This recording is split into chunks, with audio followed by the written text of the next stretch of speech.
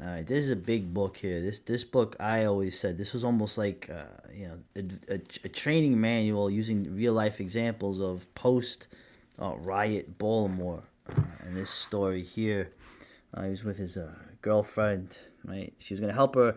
I would help her carry groceries to a home for her. It was about 2.5 miles. Right, I showed up with my rapier umbrella. I remember that, the green one. Right, yeah. She looked at the sky and it was sunny. Really, rain? And you said you could never be too well prepared. It was a pleasant walk. Unlike my various bimbonic female friends who always sought to walk by my side, she took her proper place at my back and asked if she could look out. I affirmed her suspicion and regulated my stride to her so that there were 2 steps between us. We were fortunately walking away from the sun. I would not be blinded and would have the benefit of shadow. As we crossed 8 blocks, primary road, and then 2 more blocks uphill, past where some guy was shot down by two youths during a recent curfew. The curfew bottlenecked victims into an ambush time slot. So he's already very aware of this area he's in. I brought a spare backpack for Ellen to put her in her purse and groceries and directing her to sling her beverages in a double bag as a potential flail. That's from The Fighting Edge. I remember that. So as they're walking, right? Let's see. 7 innocent, unarmed, future medical students emerged from the alley, split into 2 flanking pairs and 3 thug following pack and began making hand signs to each other. Many couples and individuals are immediately attacked like this. The fact that I have something in my hand and I'm not spooked makes them nervous and tentative. I hefted each item to get a fresh grip. Obviously, they got their groceries. I did a limited head swivel with every step, never looking at them but keeping the flankers in my peripheral and watching for any second shadow to emerge with Ellen's shadow. She was being a good streetwise girl and did not say a word. All right. In this situation, which was a target of opportunity that seemed a little on the tough side, what these guys needed was a cohesion building action. Cohesion building action from Ellen or I. What is that cohesion building action going to be? All right.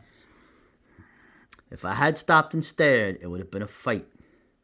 If I would have been challenging the pack site to patrol the home range, if Ellen would have gotten nervous and showed signs of fear, the leader would have gotten verbally defensive, claiming an insult, and beginning to build group indignation along the lines of, so you crack ass thinks we is a thug, then we shows you a thug. In liberal media eyes, they would have been the victims of Ellen's racial profiling in any altercation that followed. All right. Verbal threats to Allen would have been mixed with claims that I was afraid to defend my woman, and it would be on. I would have been enveloped by a far more mobile attacking force. I was confident of fighting these boys off with the weapon in hand. Ellen noticed my weapon check and switched her sack of 2 sports drinks into her right hand. All right. And they were talking to each other, right? Yo, back to it, yo. The tall, larger sub-leader answered, yo, you're certain, yo? Like, right? Talking. They're communicating, right?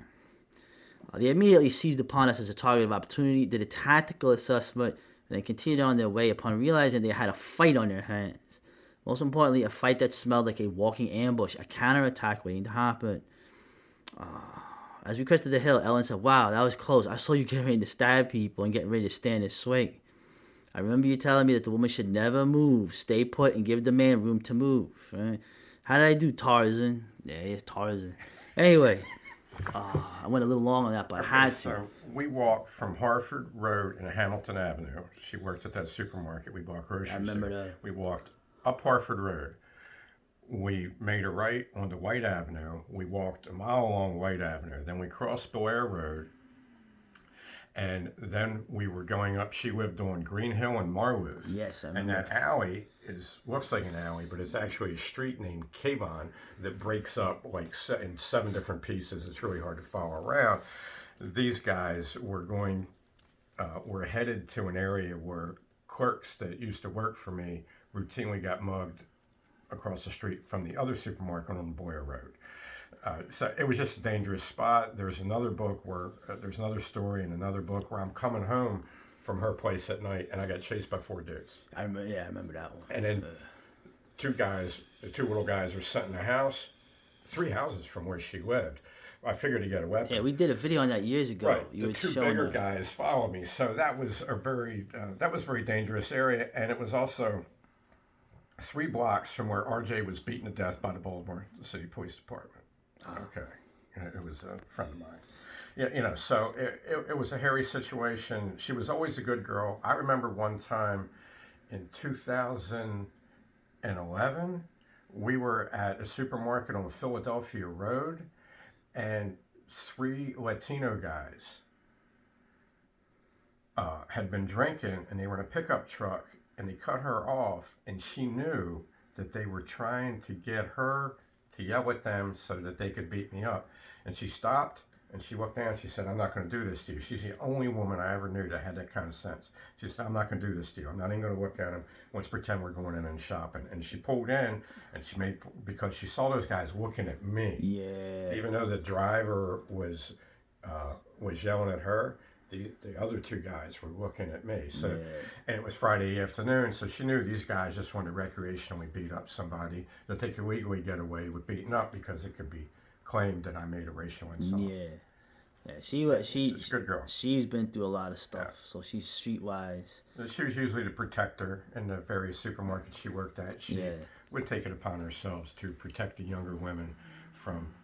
In supermarkets, it's common for men to physically molest young male customers, to physically molest female cashiers. Right on the front end, in front of crowds of people. Those damn MAGA people. I mean, just like feel them up like right there. I had to put a guy that was in his 80s that was on a walker. I had to walk him out of the store because he wouldn't keep his hands off of the females. I'm saying these Trump supporters are no joke what they're doing out here, man. Yeah, so I'm good. So this, I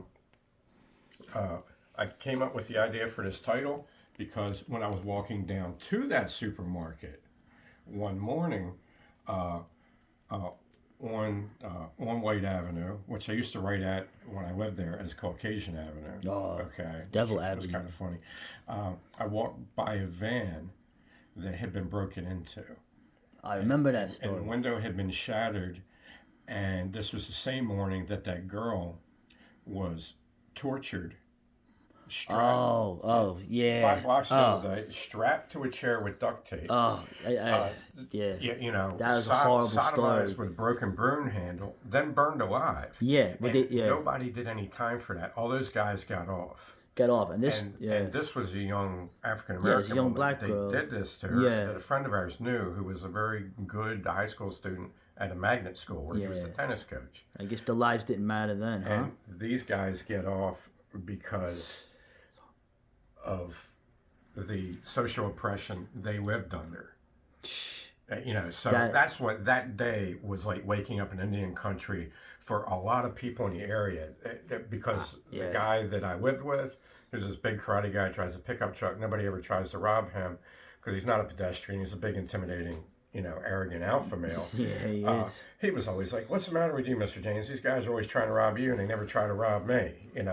Well, that morning he's like, yeah, he says, like, we just woke up in Indian country. Now I'm in your world. Yeah, no, that was a Because horrible. this young woman in his neighborhood, he couldn't protect. That was a horrible story. I don't mean to get all serious, but that was one of the worst things I've ever heard.